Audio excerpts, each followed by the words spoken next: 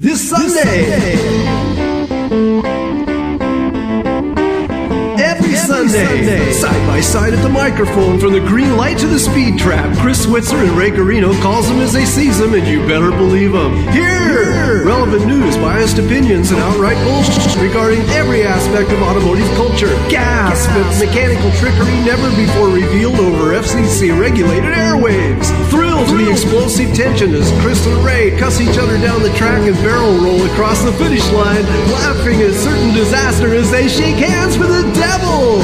All that and much more this Sunday at high noon on the Motormouth Radio Hour. Call in and speak live with the Wizards of Speed and live feed, Chris Switzer and Ray Garino. Bring the whole family. Kids under 12 get in free. Every Sunday at noon on WHPC. Take the Long Island Expressway to the Meadowbrook Parkway and look for the sign saying no parking on the expressway and no express service on the parkway. Go right on Highway 24 to Garden City. $2 all-day parking includes pit pass. Sunday! Oh, I got you. You thought I didn't see you now, didn't you? You tried to sneak by me now, didn't you? Now give me what you promised me. Give it here. Come on. Good dog. Hey, good dog now. You thought you could sneak by me now, couldn't you? But you didn't, because you tuned in to Motormouth Radio, Long Island's only automotive talk show with your hosts, Ray Guarino and this guy right here doing the jig, Mr. Chris Switzer. What's happening, Chris? I just love making this show 119% better than, I don't know, than it's usually. Well, I'll tell you what. Hold it a long time, hold it. Oh, yeah. Don't turn it loose now, hold it. Is Joe Tex? But yeah, absolutely, Joe Tex. And I tell you, nothing is better in the world for me than when you wear that long purple coat and that fly hat and those glasses. Oh, you do it all the time. It's perfect radio. Did you see my Sonic Lemon Eldorado behind me there? I can only see a little bit, the wind through the window, because the glass is small. But yeah, I know. Excellent. So we are jamming into another week of great radio here on Motormouth Radio. We're going to have a guest today. We're going to speak with Mr. Justin Airbets. Justin is a guy who comes on with us on Thursday nights all the time, and I don't think he talks enough. So I said, hey, I'm going to put you on the radio and make you talk. On the Thursday night show, it may be better, maybe wiser just to sit and listen sometimes. Yeah, I guess that's true. It's tough to merge in with you guys at times. Well, there's a lot of chattering going on the Plane and Traffic Spectacular on Thursday nights. It depends on the week. It's very true. Mm-hmm. You know, that is true. Things definitely vary. But it's good. It's always good to have a guest on. It's always nice to speak with someone, someone who's not a grouchy old man. Yeah, exactly. Like us. Exactly right. You got that right. But you can call us, right? We got the phone lines open, 516-572-7440 to talk to either Ray or myself. And on this fine, upstanding Sunday, it's a nice day out there. We're all gearing up for the holidays. It's, of course, after Thanksgiving, it's like someone fires the pistol in the air. And everybody goes and races for the stores, and the Christmas insanity ensues. So, but 516-572-7440 if you have a problem about your car, or like Rob Leonard always says, someone else's car. Someone else's car. 516-572-7440. Hey, I've got a story for you. Oh boy. Okay. I got a story for you. You know, it's funny when you live in the suburbias, you've come to realize there are three types of individuals that work on their vehicles, or I should say work on their vehicles, that deal with their vehicles. And there's the one type that works on their cars. There are car people. There's the other type that are indifferent about their cars. They're just utilitarian type of things. And then there's a third type that don't care at all. They just don't care. And I have some neighbors around that fit into that third category. And I was talking to one of them this week, and he was telling me that his wife had backed out of the garage and took the side mirror off the car. She had said that she gunned it out of the garage. And I'm like, that's really not the standard procedure to leave the garage, but no, that's what she did, and she took the mirror off. So he said you're going to pay for the mirror. The husband told the wife this. You're going to pay for the mirror. And she said, fine. And he goes to the dealer on a 10-year-old Honda and spends $535 to have the mirror replaced, right? Wow. So now I look at him dead in the face and I go, we have to talk cars here. I said, I could have probably found the mirror for $60 on some sort of site, and we could have had it delivered and hung it on the car in a matter of no time. And he looked at me and said, no, I won't do that. And I said, why? You'll be saving yourself some money. He goes, if I put a mirror on this car for $60, she'll be walking mirrors off this thing left and right. She won't even care. Oh, he was trying to make a point. Just for the fact that she paid $535 will prove that she will never knock another mirror off this car ever again. And I was like, you got me. Well, let me ask you this. I find a high level of redundancy here, because if this is anything, then maybe they have a different situation, but if it's anything like my household, the money comes from one place, goes into the account, and whoever takes it out, but it's all coming from the same place. So, like, if he's going to work and making the money and she's busting the mirrors, he's paying for it anyway. So who's he spiting with this $500? You know, he is a stunad. These nutmeg. You got nuthatch people in this nutmeg state of yours. So, but I found the theory interesting enough to bring up that you would spend more so you know that there won't be so much neglect. You will take a value in it. You see, I think what would have worked better. Now, I don't know. I don't know the people. I don't know the specificities of it. Neither do I. I just live down a block from him. See, now, if he would have insisted that she took the car in and explained and had it fixed and waited, and then it would have been maybe a little more of a lesson thing here. But no, he took it in. He ended up paying for it. She got the car back. Hey, thanks. You know. Well, I'll do the other side now. Watch. Boom. Yeah, right. For another $500. Yeah. And the antenna while we're at it.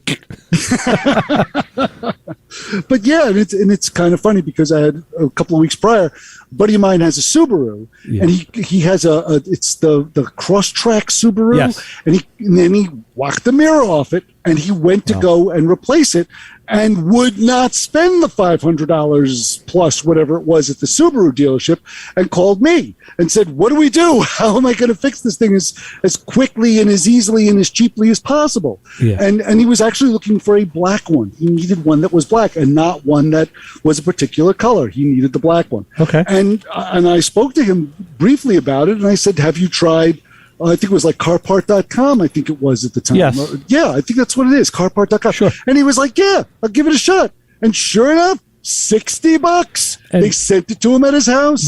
He's hung it on the car himself. And that's the old J.C. Whitney site, by the way, as we've spoken about. Oh, it is? Yeah. Or Amazon. Now, the thing with mirrors is, I've seen this from over at the shop. Some of them are very, very expensive for newer cars. Oh, yeah. Because, of course, they're all motorized, but heated. And then you get the lane departure and the sensors, and that's where it gets real expensive. But for an older car, like I said, for a 10-year-old Honda, that thing should have been like, $30, $40. I'm very surprised.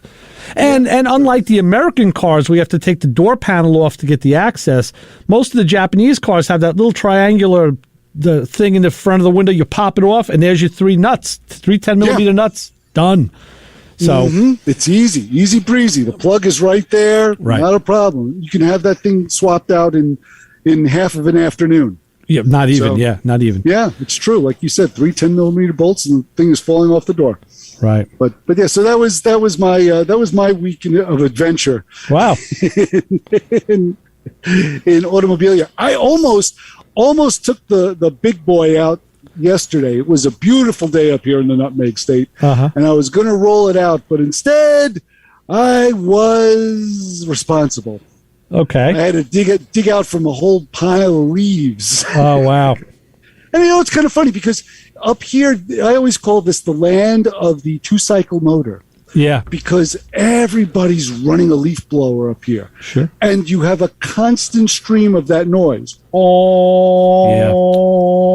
Well, now municipalities are passing laws against that stuff left and right. Yeah, it's the truth. I wish they do it up here because I use that newfangled technology called a rake. Oh, yeah.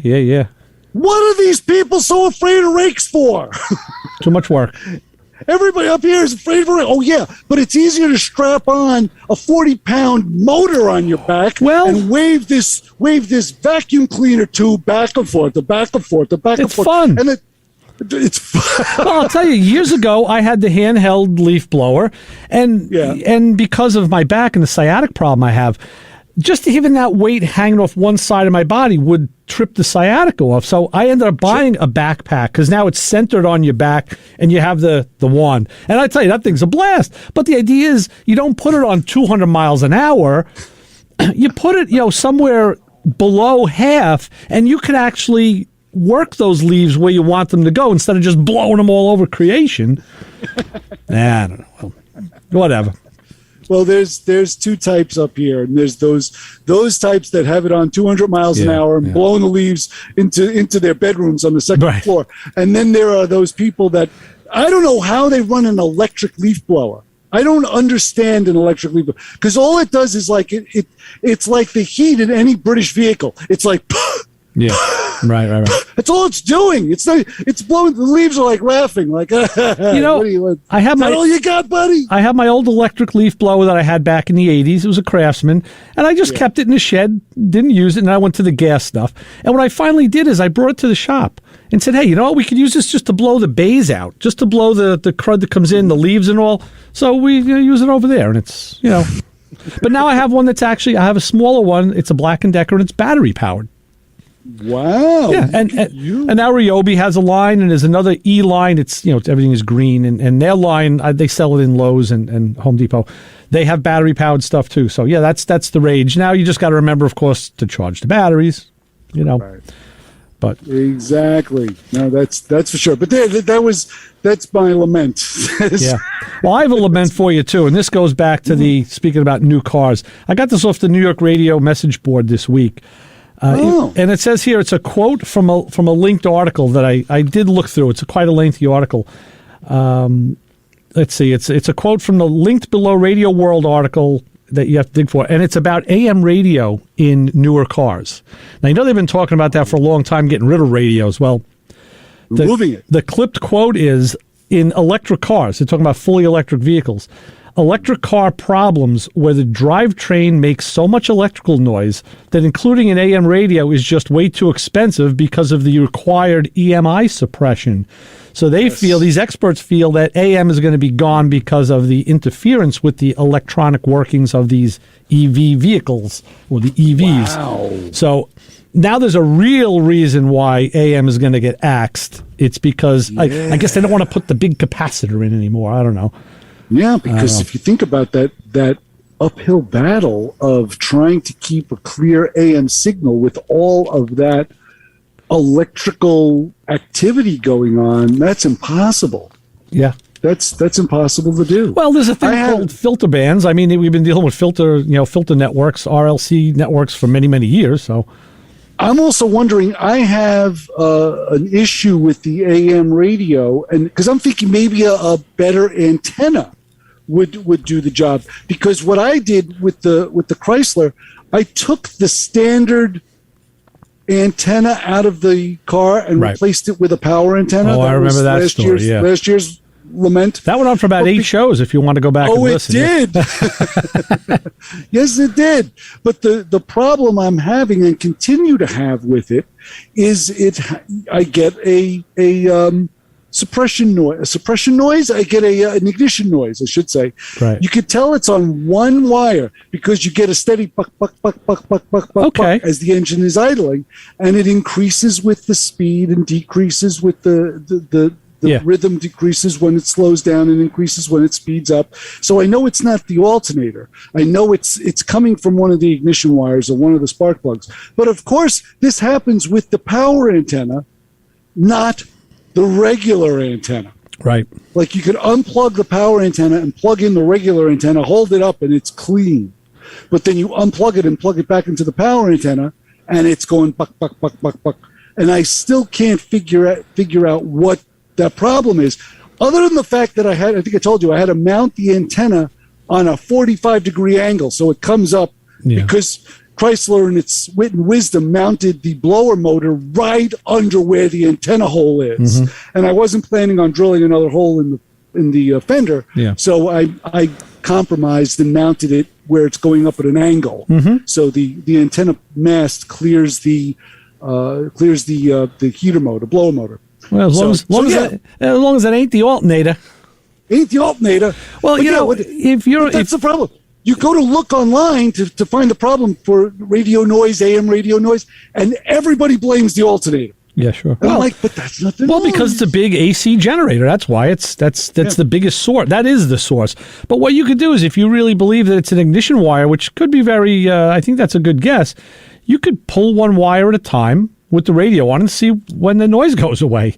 Yeah, and maybe it's just a bad wire. You have the silicon, the winding inside is probably broken down. It's like an old solid wire that would make the TVs fuzz when you come home at night, like because that was some suppression. I remember a long time ago, we used to have the television with the rabbit ears, and there was a gentleman that lived next door to us that had a 55 Buick. Yeah, it was like a super. And he would start that car up, and I don't know what was, at the time I was a kid, I don't know what the heck was going on with that car, but it would make my television go berserk. I'll tell you, solid ignition wires. Those were the days before suppression wires, before they were called carbon core wires. They were solid wires. I'd be watching Wonderama, and this guy would get in the car on a Sunday morning, and bazzow, there goes my television. Right. Until he pulled away. Yeah. When he pulled away, the television cleared up. Well, once we got the solid wire thing solved and went to suppression wires, then later on, I would have the same problem with my motorcycle. The bike had solid wires, solid core wires, and that would cause some radio suppression. When you pulled in, and my CB radio used to really fool with things back in the 70s. There was a lot of cool stuff going on back then, but I was thinking about putting a new set of wires anyway because I wasn't really happy with the wires I have on the car. Why don't you like them? Wrong color? I don't know. Yeah. No. What do you mean you don't like them? What's the matter with the wires? Well, because they seem too universal for Okay, so they're not a custom fit. They're a universal set. Yeah, they're like a universal set. So one wire is droopy, one wire is kind of tight. Did you try moving them around?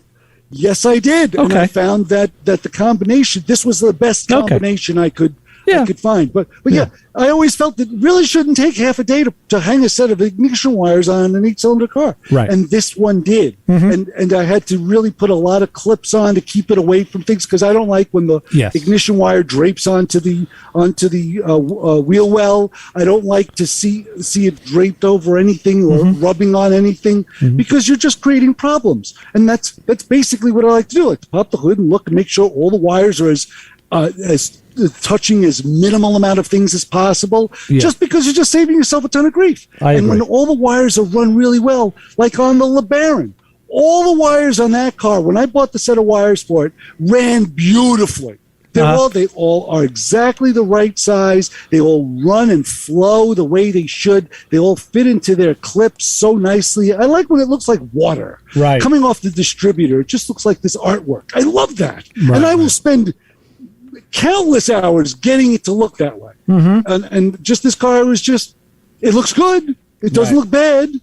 It doesn't look like, I didn't have to take 4 of them and tie them with a zip cord or anything like that, like I've seen under some hoods. Right. But I'm just not happy with it. So just that alone makes me want to change the. No, I agree. It just seems a little too universal for me. I had an issue like that on my Pontiac. I used to run an HEI distributor when I had the single 4-barrel, and I had a tailored set, and the wires came around the back of the heads and low, and they were like they weren't even there. And now in this iteration, I have this Pertronics distributor with a small cap, but it has HEI towers on it. So I bought their wires, and I was never happy with the way they sat. So I changed over to a set of Delco wires, and the same thing. Now they're fitting kind of worse. And I realized why. After a lot of consternation and angst. The HEI cap is bigger, and this Pertronics cap was smaller. It kind of, just that little change in where the wires fit made a difference. On a tailored set, made a difference. Yeah, believe it or not. Holy smokes. Because what are we talking about? Not Diameters a lot. Of distributor caps, not a lot. Well, the Pertronics cap could go inside the HEI cap. It's that much different. But still, what are we talking about? An extra inch? Yeah, but it made a difference. Come on. Who needs an extra inch nowadays? I guess nobody. I don't know. I do. I don't know. Somebody does. It's Can never hurt. Hey, can't hurt, right? Get an extra inch. That's Get it. right. Can't hurt. What are you going to do? Say no? Of course not. You're going to take it. Yeah. So, yeah. Exactly. So an extra inch has ruined your life. Well, no, but it's every time I open the hood and do something, I know. I look and go, I kind of grumble a little. Right. You look down and go, oh. Because it's not the way it was in the past. Let's face it. Right. Things aren't the same anymore, Chris. They've changed. You know what I'm saying? They can make some saggy. Yeah. I got to tell you something. I'm following this. I have a meme came by this week, and it was a valet at a valet parking lot. Big sign said valet, and on the top they put another sign, no stick shifts. Ooh. Yeah, it's like that was the anti-millennial valet. So get a load of this. An attempted carjacking in New Jersey stalled out when 3 teens couldn't figure out how to drive a stick shift. Wow. I love stories like this. That's amazing. The 3 15-year-olds who aren't even old enough to drive in the Garden State got nowhere fast after allegedly swiping a delivery man's 2006 Honda Civic with a manual transmission. This was in Pleasantville. Right. And the car was left running as the worker dropped off an order. He had left the car running. He left it vulnerable to the teens, but they didn't know how to drive it, Pleasantville Police Lieutenant Stacy Scheckler said, and they were foiled. So I think that's hilarious. I love that. I don't get it. It has gotten to that point where every car, like 99.9% of these vehicles out there, are all automatic transmissions. Now, let me ask you this. Can you imagine, think, if you can put yourself in a position of not knowing how to drive a stick shift?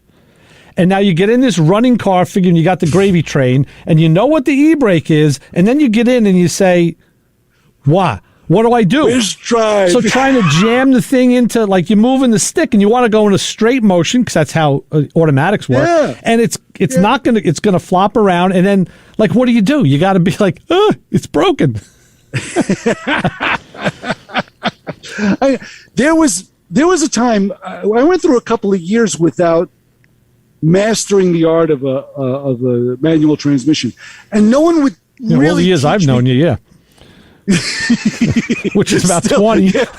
My wife says the same thing. You still haven't mastered. Right. So you're talking about some other years, though. There's some other. Right, okay. Right. Earlier years. I want to hear about those. That's going to interest me. Yeah. Exactly. Yeah, and I had to go out and buy my own car, and I went out and bought a 1980 Honda Prelude.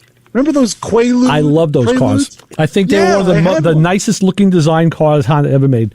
Really? Yes. I beg to differ. The two-door. But I really enjoyed the two-door mine. version. I liked it. I did like the car. I thought it looked a little weird, but okay.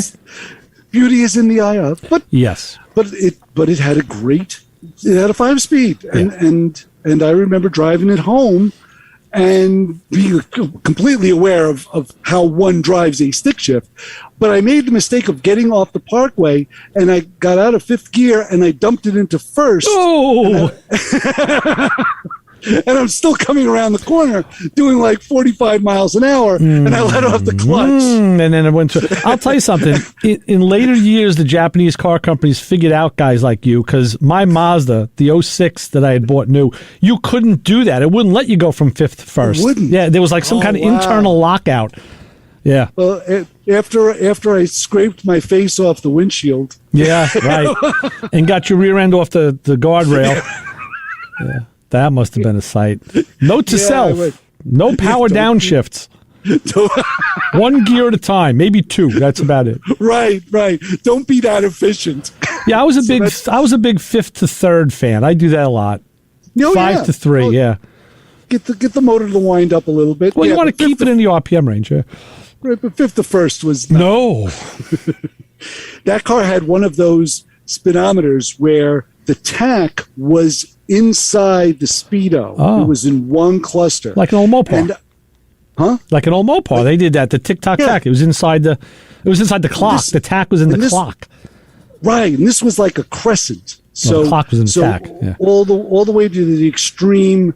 What was it? The extreme left was 0 miles an hour, and all the way to the extreme right was like, I don't know, 85, and the tack was the opposite. Oh, so the best the best mode to be in was when you were going downhill. You would take it out of gear, and the car would still be doing like 60 miles an hour. So one needle was pointing one way, and because you were out of gear, it was idling. So the other needle was pointing the other way. And you were coming down the hill like screaming. Yeah. And I think I tell the story often, usually once a year, but I was in that mode on the Merritt coming down this hill, and I hear this voice coming out going, "Put it in gear, boy." and I was like, oh, and I look over and there's a trooper following me, and I'm like, oh, really?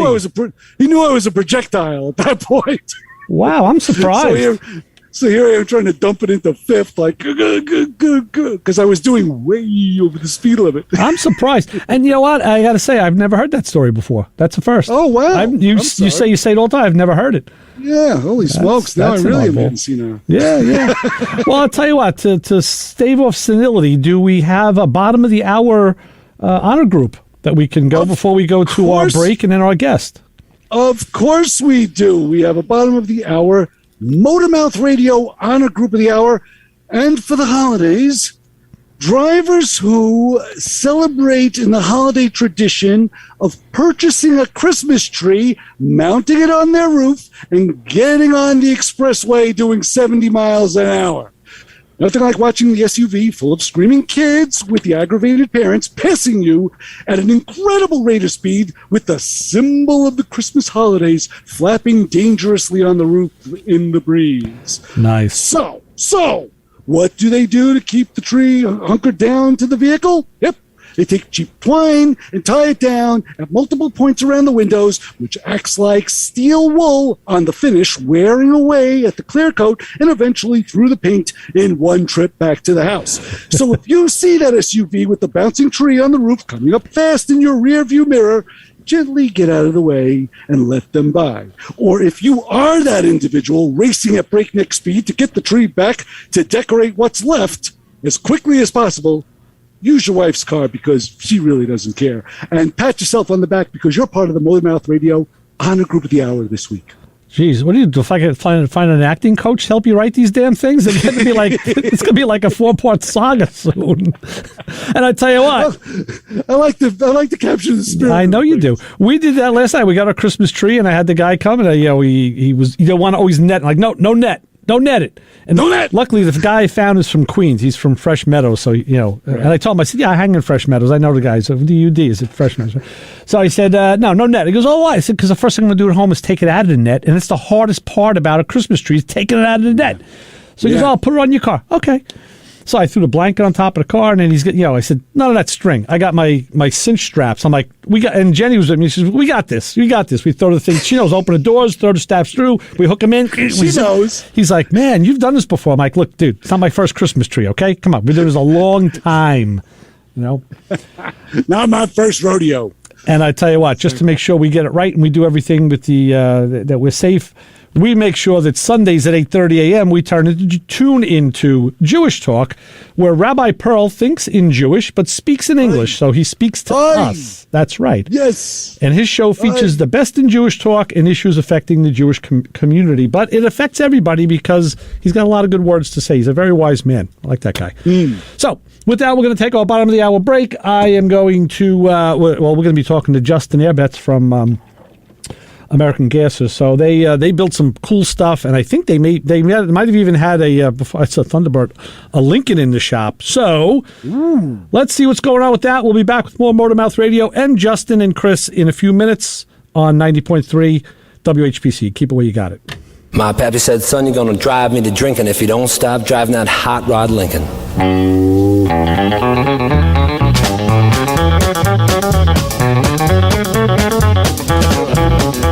Have you heard the story of the hot rod race with the Fords and Lincolns was setting the pace? That story is true. I'm here to say I was driving that Model A. My name is Carl Anthony with Automoblog and Autovision News, and you're listening to Ray and Chris on Motormouth Radio, WHPC 90.3 FM. You're listening to the Motormouth. You know them. So nice talking to you guys. I miss you. You love them. I heard you talking about us, so I thought I'd call in. Motormouth. You want to serve dinner to them. How you doing, guys? Sorry to interrupt. How are you, Ray? Chris is the sharpest drill bit, right? This is the first time that I'm actually listening live and working on a car. Our trained staff of 2 will help. I'll call you back when I have the solution. Well, thanks a lot, guys. That definitely points me in the right direction. No, hold your breath. I hope you're sitting down. Motormouth. A tornado of urban legend and BS. No, I'm not going to wax my Johnson. I'm going to wax my Evinrude. As always, you are a consummate professional. When I listen on my laptop, I got to keep that thing screaming. I don't mean to blow you up on the airwaves. Quite frankly, there are better things to do with your time. Oh, this is why I call wrong number by accident. I want you all to know, sometimes I don't even wear pants. I have no clue, and I can't hit it with a hammer to fix it. Yeah, I want to know what the is wrong with my car. I got to give you guys a call and talk to you. Motormouth. I'm in the car now. They're going to talk about working on cars, but not going to work on yours. There is no answer, and it makes you think, and I like the things that make you think. What are you doing here? I'm on break. Okay, good. So are we. There are answers, sometimes correct ones, and we may have them. Motormouth Radio, 90.3 FM, WHPC. Motormouth. This show on 90.3 WHPC is brought to you by CarStar Celebrity Chase Collision, with 2 locations in Limerick and Oceanside, who remind you that New York state law says you always have the right to choose which shop will fix your car. CarStar Celebrity Chase Collision offers a full range of services, 24-hour towing between Montauk and Manhattan, shuttle service, and they can help you with a rental car arrangement if needed. All repairs include the CarStar Lifetime Nationwide Warranty, ensuring that the experts at Celebrity Chase Collision are always on your side. Y sí, hablamos español. More information is available by calling 516-593-0920 or visiting online at celebritychasecollision.com. Hey, you, get over here. Every Sunday, 12 to 1, you are going to tune in to hear the Motor Mouths, my friends Ray Guarino and Chris Switzer. 90.3 FM, WHPC. You might learn something. Now all of a sudden she started knocking him down in the dip. She started rocking. I looked. All right, you may learn something. That's Jazzy John, and we are back. Ray Guarino, Chris Switzer, and I see we have the very bright and illuminated Justin Airbets. How are you, Justin? Good. How about you guys? Excellent, excellent. It's a pleasure to have you on with us today. Yeah. I got to say, that honor group is a thing of beauty. Yeah, it is something to behold. And every week it changes. You never know what you're going to hear. Oh, yeah. I was part of it last week. Oh, were you? Okay. The fluid's on the ground. Oh, okay. Well, you remembered it, too. I do. I tell you what, when I'm putting transmission fluid in something, I'm not listening for it on the ground. I'm expecting it. Oh, yeah. So is that, were you talking about it at home or at the shop that happens? Or both? Well, anywhere, really. But yeah, at the shop. Okay. Right, because that was the honor group last week, was when you're pouring something into the engine, you're waiting to hear it hit the garage floor. Yeah. Well, transmission fluid is tough, too, because it does, it vents through the same place. Some transmissions have separate vents, but yeah, it backs up a lot if you're... Tranny fluid is tough, yeah. And, it's funny because it was something I didn't mention was you look past the engine onto the floor and you get to see, when you see your reflection, that's how you know you're really in trouble. Oh, boy. Because that's when you have this small lake going on under your car, which I've done. Oh, yeah. Many times. Yeah, we've all been affected by that, yeah. Mm-hmm. So Justin, what do you do over at American Gasser's Hot Rod Shop? I mean, what is your primary responsibility? Well, for me personally, I do kind of a little bit of everything. I'm into assembly, some fabrication, electrical, engines, a lot of stuff. But our shop in general, we're a full service shop. So we do everything. We do fab work, metal repair, paint and body, suspensions, brakes, you name it.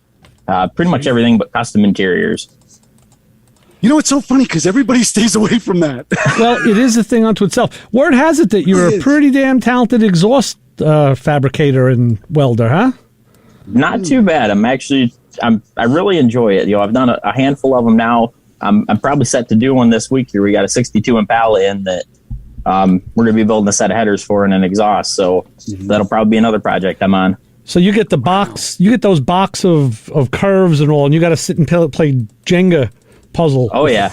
Yeah, So, okay. big old puzzle. So let me ask you. I guess, like from what I've seen, I've never built a set from scratch, so I can only go by what I've seen. I guess you start with your flange, right? You have to have something to work off of, and then where do you go? Yeah. Do you go to do you look for like the hardest pipe first or the easiest? How do you mentally? Because I could see getting 3 pipes on one side done, and then the fourth one just has nowhere to go. I can see that happening. Yeah, usually what I'll do is, start with the flange, and then you got to kind of plan everything out, pick where your muffler is going to be, and then, connect the dots.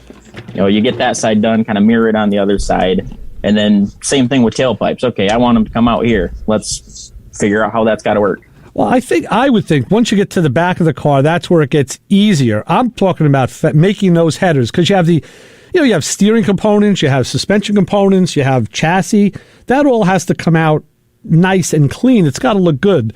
And in the back, you're looking at more straight stuff. So, yeah, I give you credit. I'm looking at it the other way. I'm thinking at the back of the car, I think to me is more difficult because it's like Justin says, you want to get it to sit at that right spot. Yeah. And to me, that I don't know, that sounds a little harder. What would be the which way do you attack it, or does it matter? Does the car matter? Like, okay, this car I'll attack it from the front, this car I'll attack it from the back. Usually when I do them, I'll start kind of front to back, just work my way. You do? Yep. Yeah, this set of headers, this will actually be the first set of headers specifically that I've built, but so that's fun. I'm really excited about that.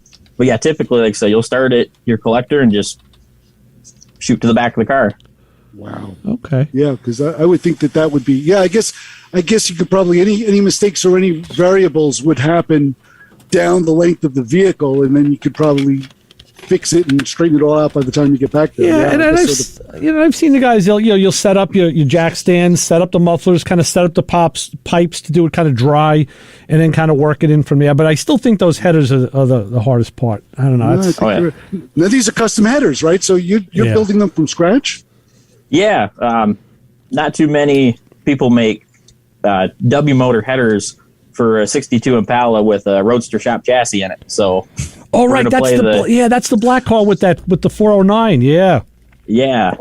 Wow. Yep, that one. Yeah, we talked about that. That's parts are going to be in this week, so we're gonna have some fun with that one. Chris, this car is such a gorgeous car. It's lettered. It's got error correct lettering on it, but it's got Justin, you tell us about the engine. It's got a really cool powertrain and chassis under it. Yeah, I'm interested.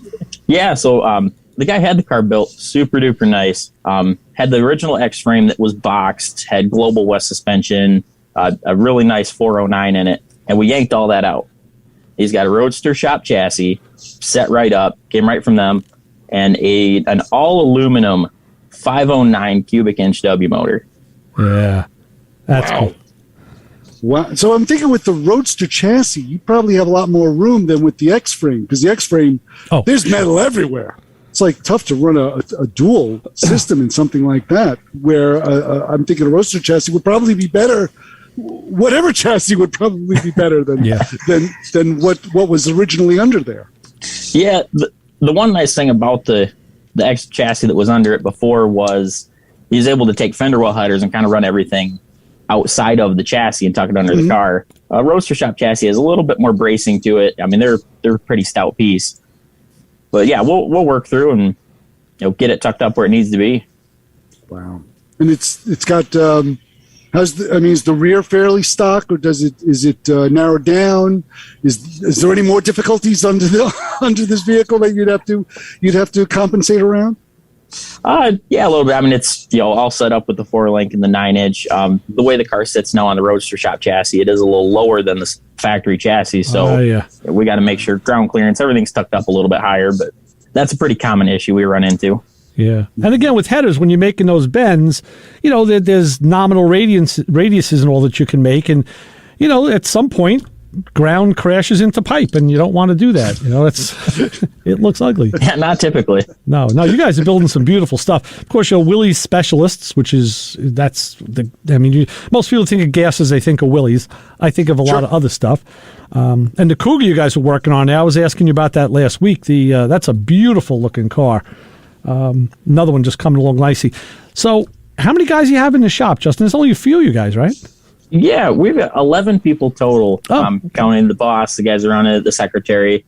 Yeah, I mean, we're a fairly small shop, and we probably have, between 20 and 25 cars in the shop at a time. Right. Wow, that's a big shop.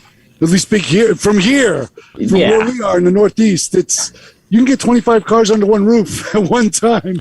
That's big around here. I got to tell you, I've been daydreaming because I've been thinking, wow, gas specialist. I checked out the website. I'm like, I want to send a Nomad there and just like, you know what? Take this car and make it fit. Do what I'm not equipped to do with it right now. Put this I-beam in it and let's get this thing gasorized. The Willys are cool, and like I said, that's kind of how our shop started. Back in 2008, the previous owner, they started with just the Willys stuff. And since we moved up to the Saginaw in 2011, we've kind of branched out. But the Willys are still kind of our big thing. We've got cars all over. In fact, we've actually got 2 Willys out in New York. Oh, okay. We just finished one up. You know what we've got? Wow. We're going to go to the phones and go to the fun. We have a phone caller. We're going to go to the phones and say, hi, caller. You're on with the Motor Mouths, Ray, Chris, and Justin. Hey guys, it's Hey Macho Man Brian. Hey Brian. Is it Thursday? Is it Thursday already? It feels like it. I know, except the sun is out. No, I was just listening to Justin there, and I had a question, and I just didn't know because he said that they didn't make too many headers for that. Do you have like a building kit, or are you just going to take pipe and start putting it together? Yeah, I know they make like a Lego kit that you can like build the pipe and then take it to the bench and then fabricate from there. Yeah, whenever we do an exhaust or header kit like that, we'll typically get that you-build it kit. So, I mean, it's a box of bends, of collectors and flanges, and you're cutting and fitting, tack it all together, take it off, weld it. You're basically just kind of starting from there. How many boxes do you get? Like, can you ask for another box? Because I'm thinking, like, as I'm making mistakes, like, boss, I need another box of parts. It's handy. There's been a few times where, let's get a couple extra bends. Yeah. We might need them. Well, that's why there's always the bin in the shop with scrap for anything. You always got to get that scrap in where you can get, the little pieces. But, yeah. Dug into that bin a few times. That would definitely be me. I would run out of a left, and I would have to try to figure out how to make a right go left. But that would be kind of interesting. Exactly. I believe it. Sure. Yeah, I've always been in awe of the guys who build exhaust. Like I said, I've never done it myself. I've looked at it and said, wow, that'd be a milestone to conquer, I think, in my own career. I think I'd get my own damn merit badge. I'd buy it for myself. But it's kind of funny. I'm in awe of it myself because I'm thinking you have to get those headers to actually get the pulse to line up as it gets out of the collector, right? So you can't have that. You have to know the length of the pipe as well as knowing the bend, right? Isn't that a significant? In a perfect world, I mean, that's the thing. Headers became known as tuned exhaust because back in the day, someone figured out that if you made each pipe the same length, the pulses were the same. They wouldn't be scattered. But plenty of them are not.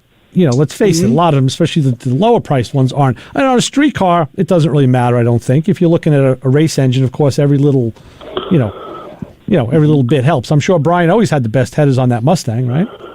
I tried, but if I was going to have to make them, Justin, I think I would just, cut the hole in the hood and go with a set of stacked Zoomies out the top. But, right up there. Yeah. Or now like the turbo guys. Or now like the turbo guys, you just put a hole in the fender and you got that big 6-inch pipe sticking out the side with the flames. That's cool. I'd be John. That's going to be John's ride. Yep. You go right to the demo derby with that one, right? With the pipe sticking straight up. You go right to the field. That's right. Right to the fair. Very, very familiar with that, actually. That's kind of one of the spots I got my start in with working on cars. Yeah, my grandpa, he owned a mechanic shop. And so, when I was a kid, I'd work with him on his race car. We were on a rail. Big block Mopar. We'd go to the track. It was a lot of fun. I worked at his mechanic shop for a while. But then we got into high school and college, and a couple of my buddies, Jared and Jason, they were big into the derbies and the bumping around the county fair stuff. And so I got to cut my teeth a lot. You tear apart a car, you just make it work. Wow. That's awesome. I'm sure there's about a ton of stories that you could tell just on those days alone. Just making stuff work. A lot of days, a lot of nights, long nights. Oh, yeah. I'm sure. A lot of bleeding. Oh, don't worry. A little electrical tape and a little gauze. We're fine. We were good enough doctors. That's all we had to be. Well, yeah, that's basically what it comes down to, you know. Well, until my middle one had ripped her ear off by hitting the coffee table. You know, I was a duct tape kind of guy, but after seeing the doctor with super glue, that's all I carry now. So he put anything back together. Yeah, it works really well on skin. It does. It was quite interesting, but I was like, "You're going to do what with what?" And sure enough, they glued it back on. So It's not too bad. But no, it was great talking to you guys. And her ear is okay, right? She can hear. Yeah. She can still hear. Yeah, she's still here, and the ear's still here. But but it was great talking to you guys. I'll let somebody else call in, and I'll talk to you guys on Thursday. And keep up the good work, Justin. All right. I love watching and looking at your stuff. Brian, I'll tell you now, like I told Chris, I'll tell Justin too. I think we're on a new format on Thursday nights. We're on a new platform. Lewis was doing some playing around, so we'll let you know, guys. We'll let you know where we are. Cool. That'd be awesome. Yeah, that'd be good. All right, well, I can't wait. And if you guys need anything, give me a call, and I'll try to do my best. I appreciate everything, and you all be safe this week. All right, Brian, that's right, because people should come on your truck and just to bust Brian's balls. It's that time of year. This is the week to start it, so come out and bust them. Right. I need it. All right, Brian, we'll talk to you soon, brother. Thanks. Take care. All right, so long.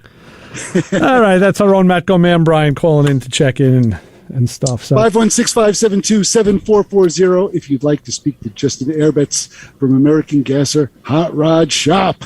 Yes, if you have any hot rod questions, we're all ears right here. Yeah, how does one get into Willys? I'm sorry, I just got you got a very limited clientele when you're just all dealing with Willys. Are there any? I mean, you're talking to someone who really doesn't know. Are there fabricated or fiberglass parts available so you can build like a new Willys car or no? Yeah, so back when the shop started, actually, early 2000s, there really wasn't. And that's what the gentleman that started, he kind of saw that need. He grew up, he was big into that stuff, and just nobody was doing it. So our shop, we actually we make our own frames. We have it's an American Gasser chassis. We work with another shop that does fiberglass bodies that fit to that chassis. And as time has gone on, there's definitely more people that are into the Willys and fiberglass bodies. I know there's a company out there that's making steel bodies, which is really cool. And that's where we're getting a lot of cars from out of state too. Like I said, we've got Willys in Montana, Georgia, a couple of them in New York. We got a few all over. Okay, Justin, I just brought up another call. We have another friend on the line. Call or go. Hey, how you doing, guys? We got Cliff. Great show as usual. Hey. I have a gasser question because I've always been intrigued by gassers, and I think they're awesome. But how hard is it to get the front end aligned? Like, how do you actually align these cars? That's a good question. Can you put them on an alignment rack, or are they actually more of a measurement kind of old school type alignment? Yeah, you can put them on an alignment rack. We'll get things as close as we can when we're building the chassis, when we're setting up that suspension. We'll do a lot of measuring, a lot of degreeing, and get everything as close as we can before we even start welding any stuff in. That's good. And one other question: when you set up a gasser, you look into the sky, like when you're looking out the front. Do you actually ever have to adjust the seat where the seat's kind of adjusted where you're actually all looking straight forward? Tip the seat forward. Yeah, sometimes. And the funny thing is with those Willys too is the way they're shaped. They're such a wedge shape.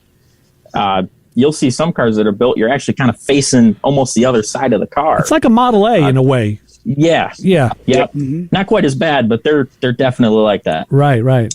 Yeah, that's why the real serious gassers back in the day, Willie Borch and those guys, they made it center seat. They just moved the seat right to the middle and gave it center steer and said, you know what? Now we know where we're going. But yeah, Cliff, to answer that question, the street gassers that I've seen are never really, unless it's for the effect, they're not sky high. The race cars were, because they wanted maximum weight transfer. Yeah. But, a couple inches just to give you that look. Now you can actually still see things. You see the traffic lights better.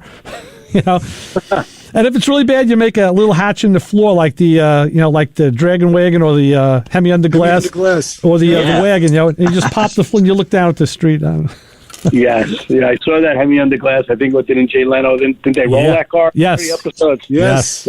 Yeah. That was pretty interesting. I cringed when I saw that car go over, but I guess everything is rebuildable. So, but great show as usual, guys, and great guest. Thanks, Cliff. We'll talk to you soon. Thanks, Cliff. All right. So long. That was our good buddy Cliff. Yeah, everybody who doesn't love a gasser. I mean, I've loved them forever. Still do. Yeah. But not only on top of gassers, but you guys do restorations, because I'm looking at the Thunder. I'm looking at the Thunderbolt.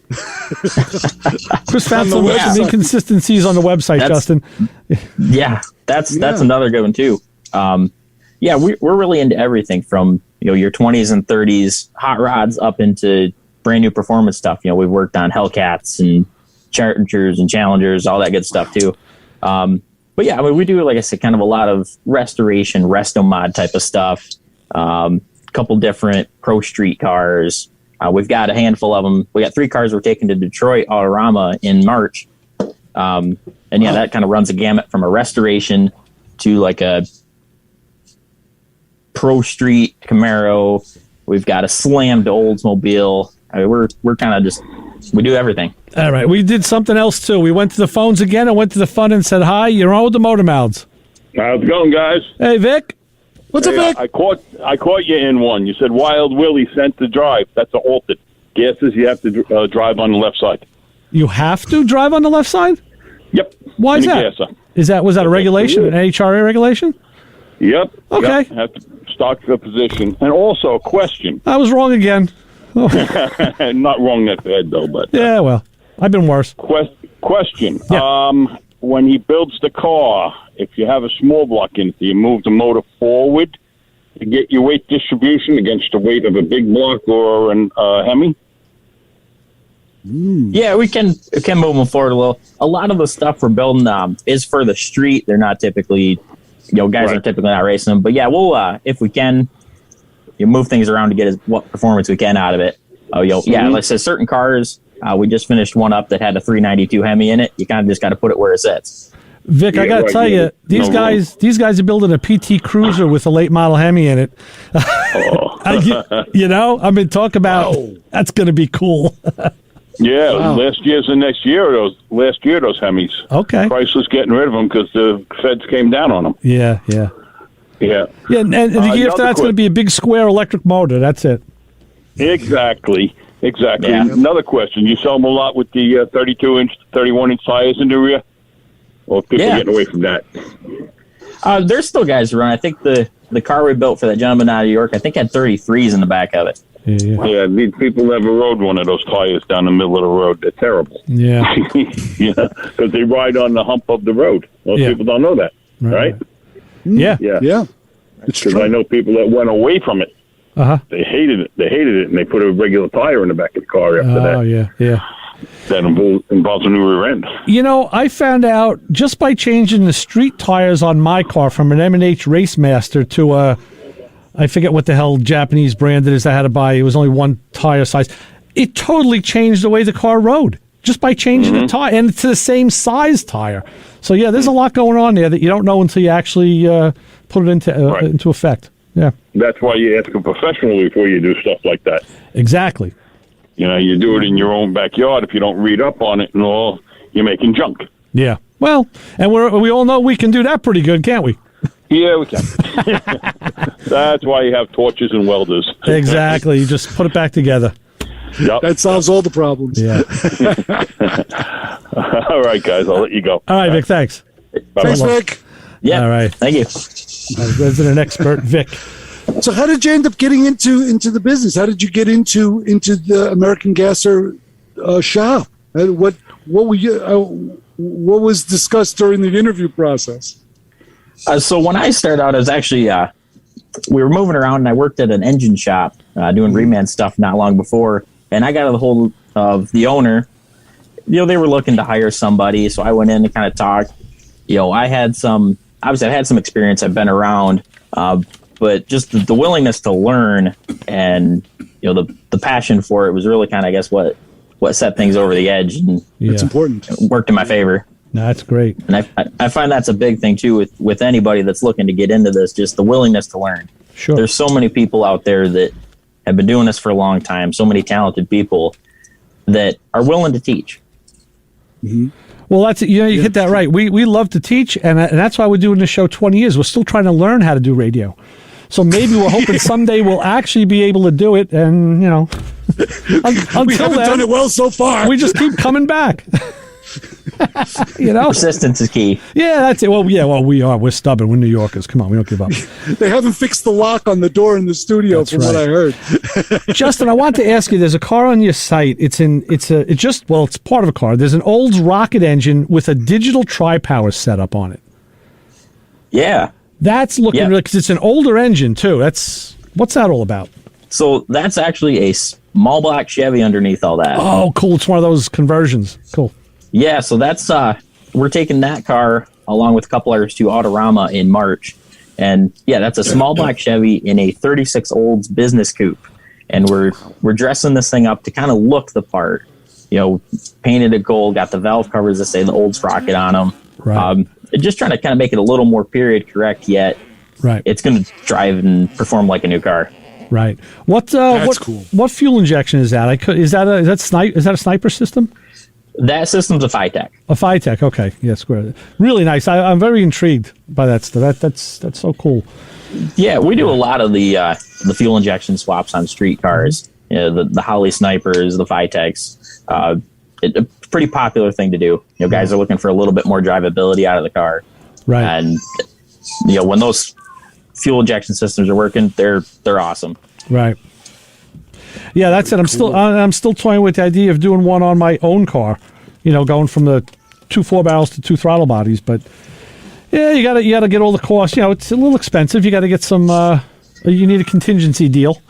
You need like something to help you if out. It doesn't work. Right. Well, yeah, it's back to a 4-barrel. But the closest I've ever come was the throttle body on an 84 Corvette. And there were 2 of them. And other than syncing them up, which you just needed the special tool for, I can't even remember what it was called. It was fine. It ran really well. So when Ray said, 2 fuel-injected throttle bodies, I'm like, yeah, sure, why not? Well, yeah, I mean, the OEM did it to do it aftermarket. There's a little more unfair. Yeah, that was cost the Chevy Ceasefire. Which right, of course was, right, the Ceasefire. They called it the Crossfire, but we all know about that. So that was the stuff. Yeah, it did take a bit of dialing in, but once it worked great. A lot of those cars found single 4-barrels on them after a while. True. So, hey, we got a treat. We got Rob Leonard doing Kim Tracy's show today, so we're going to be kicked out by Rob, not by Kim. So. Wow, there's a switch. All right, and with that, Justin, the time has flown. We do have to run. We have to get out of here, and we thank you for coming on with us.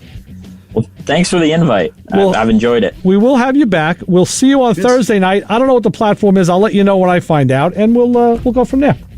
Perfect. So, Chris, what do you always say that now Justin's going to say that Chassis John says after you said it from the people in the parking lot? What's the deal?